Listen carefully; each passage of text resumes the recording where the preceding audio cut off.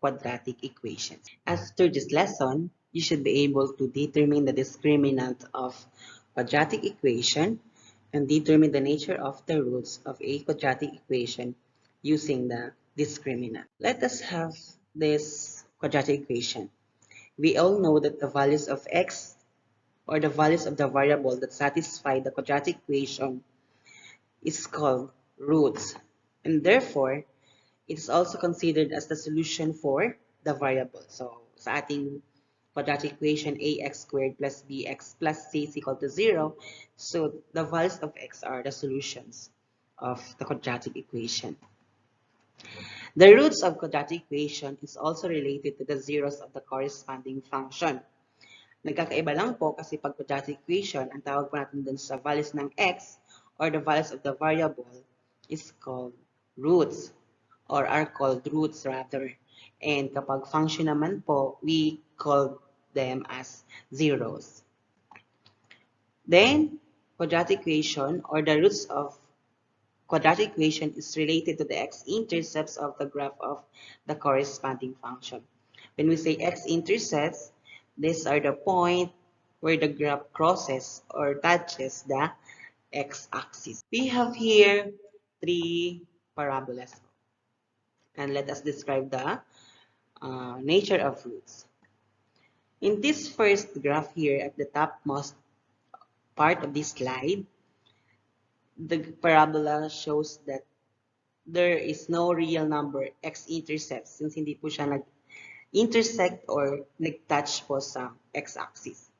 This also describes that the function has no real number zeros, as well as no real number roots or solution.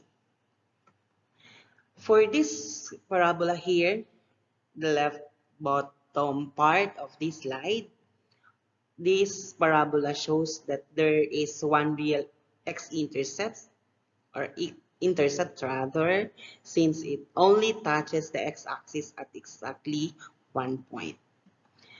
The graph also shows that there is one real zero, two equal real roots. This means that there is only one real solution. For this graph naman po sa right part, it shows that the function has two real x-intercepts. So the point where the graph intersects the x-axis represents the solutions or zeros and roots or roots of this quadratic function or equation rather. If we're going to describe the nature of roots of quadratic equation, we're going to use the formula for the discriminant po. Since it is the value or the formula that will tell us if what are the nature of the roots of the quadratic equation. And its formula is equal to b squared minus 4ac. So kung mapapansin natin, yung formula ng discriminant ay makikita natin sa formula ng quadratic. Diba? In how we solve the zeros or roots of quadratic equation. And take note po that the quadratic equation must be in the form ax squared plus bx plus c is equal to 0 before we solve the value of the discriminant. And discriminant has three cases po. If d is greater than 0, if d is equal to 0, and if d is less than 0 po. For d greater than 0, we have another two cases po. If d is a perfect square, and if d is not a perfect square po. Then, the nature of roots. So, nagkaiba lang po sila sa rational and irrational. The same lang po yan. Two real, rational, and equal roots. Two real, irrational, and unequal. For d is equal to 0, we have one real and rational po. So, yan po. If d is less than 0, there is no real root. So, kasi po ay imaginary po yung ating magiging root po. or roots. We have here a quadratic equation 3t squared plus 5t is equal to 2, and we're going to write it in the form ax squared plus bx plus c is equal to 0. So, take note po yung ating variable po ay iba po, t po, dito sa given example. So, naging 3t squared plus 5t minus 2 po is equal to 0. And a is equal to 3, b is equal to 5, c is equal to negative 2. Substituting to the formula of the discriminant, we have the quantity of 5 squared minus 4 times 3 times negative 2. So, the quantity of 5 squared is 25. 4 times 3 times negative 2 is negative 24. So, magiging negative 24 po siya. Yan po. Then, negative 24, di ba po, pag nag-subtract po tayo ng integers, so yung negative 24 will become positive since ito po ay subtrahend, and magiging plus po yung sign natin. Then, the sum is equal to 49 po. And this number is a perfect square. And this value is greater than 0. Therefore, the nature of roots is two real, rational, and unequal po. So, yan po. For the next example, we have the equation 9x squared minus 12x plus 4 is equal to 0. Solving for the discriminant. So, nasa form na din siya na ax squared plus bx plus c. Then, the value of a, 9. The value of b is negative 12 since minus po siya. So, pag minus po, magiging negative po yung value. And the value of c is positive 4. Using the formula, naging ganito po siya. The quantity of negative 12 squared minus 4 times 9 times 4. Simplifying po, negative or the quantity of negative 12 is equal to 144. Then 4 times 9 times 4 is equal to 144 also. Then subtracting po, the result is 0. And if d is equal to 0, the nature of root is one real root and rational root po. Okay, let's proceed to the next example, example 3. So we have here example h squared is equal to 16 minus 3h. So we're going to write it in the form ax squared plus bx plus c is equal to 0. Naging ganito po siya. H squared plus 3h minus 16 is equal to 0. So yung 16 po, nilipat po sa left side, from positive, naging negative po siya. Then yung negative 3h na nilipat po sa left side, naging positive po siya. Then, these are the values of a and b. A is equal to 1. Yung kasama po ng h squared is 1. Kasama po ng h is positive 3. And the value of c or the constant term is negative 16. And then, substituting rather to the formula d is equal to b squared minus 4ac. We have the quantity of 3 squared minus 4 times 1 times negative 16. So, 3 squared is positive 9. And 4 times 1 is 4 times negative 16 is negative 64. So, negative 64 po yan. Then, since subtrahend po siya, magiging positive po, then magiging plus sign na din po yung operation. And the sum is equal to 73. This is greater than 0, and it is not a perfect square po. Hindi po siya perfect square. So, ang kanyang nature ng roots, two real, irrational, and unequal roots. Yan po. For example 4, we have here 4k squared plus 6k plus 3 is equal to 0. So, k naman po yung ginamit na variable dito. So, it is already written in the form ax squared plus bx plus c is equal to 0. So, we can easily determine the values of a, b, and c. And these are all positive values. Substituting to the formula, d is equal to b squared minus 4ac, we have the quantity of 6 squared minus 4 times 4 times 3. Simplifying po, 6 squared is 36. 4 times 4 is 16 times 3, which is equal to 48. And then subtracting po, the result is negative 12. This value is less than 0. meaning that the nature of root has no real root po, or wala po siyang real root. Ayan pa. For the fifth example, we have 3x squared plus 11x plus 8 is equal to 0. And it is also written already in the form ax squared plus bx plus c is equal to 0. And the values of a is equal to 3, b is equal to 11, and c is equal to 8 po. Then the value of the discriminant after substituting to the formula. So we have quantity of 11 squared minus 4 times 3 times 8. It results to 121 minus 96. The value now of the discriminant is equal to 25. 25 is greater than 0 and 25 is a perfect square.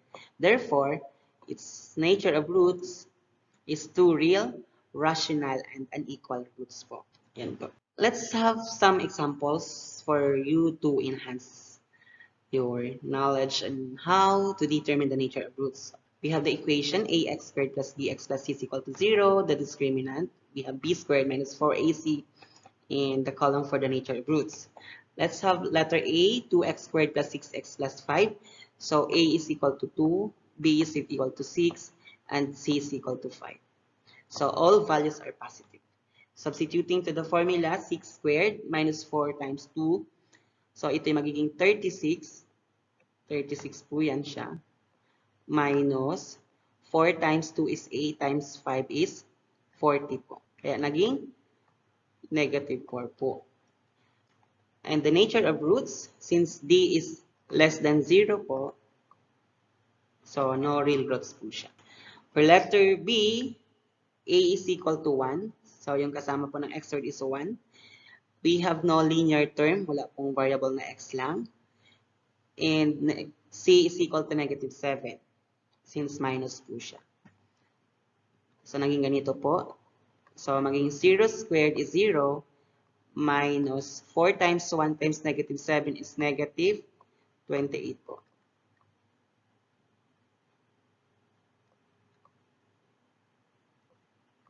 Yan po. Is equal to naging 0 plus 28 na lang po. Kasi nga po, di ba po, subtraction po yung ating sign. So magiging positive 28 po siya, then magiging plus. And then, 28 na po yung kanyang sum. And the nature of roots, two distinct real roots, since D is greater than 0.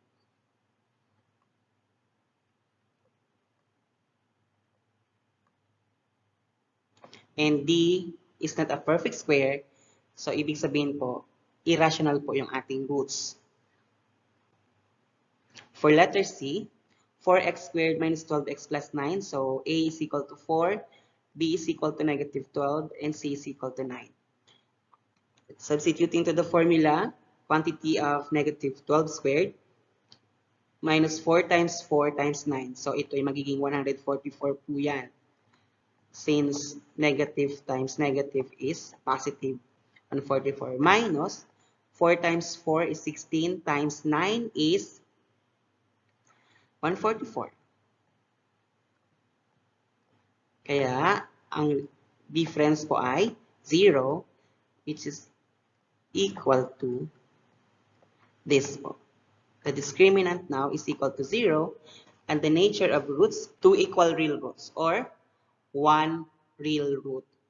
And it is also rational root. For this slide, we're going to determine the value of k, for which the equation x squared plus kx plus 4 is equal to 0 has equal roots. What must be the value of the discriminant if the given or if the quadratic equation has equal roots? It should be equal to 0.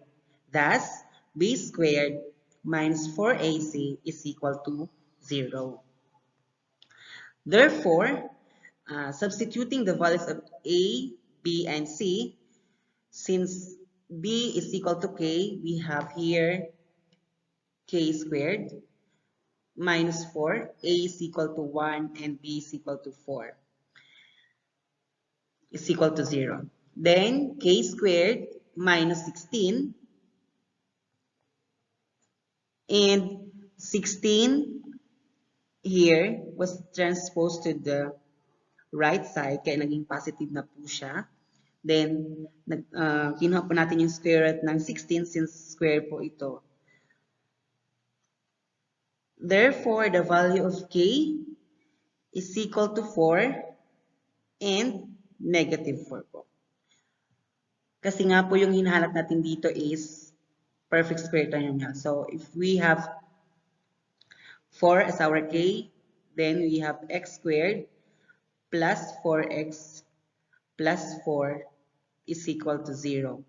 And the factors of this quadratic equation is x plus 2 squared or x plus 2 times x plus 2. Then, equating the factors to 0, we have x plus 2 is equal to 0, then x is equal to negative 2. The same with this factor po. And if x or if k is negative 4, we have x squared minus 4x plus 4 is equal to 0. The factors are x minus 2, x minus 2 is equal to 0. Then, equating po the factors to 0, we have x is equal to positive 2. Same with the other factor.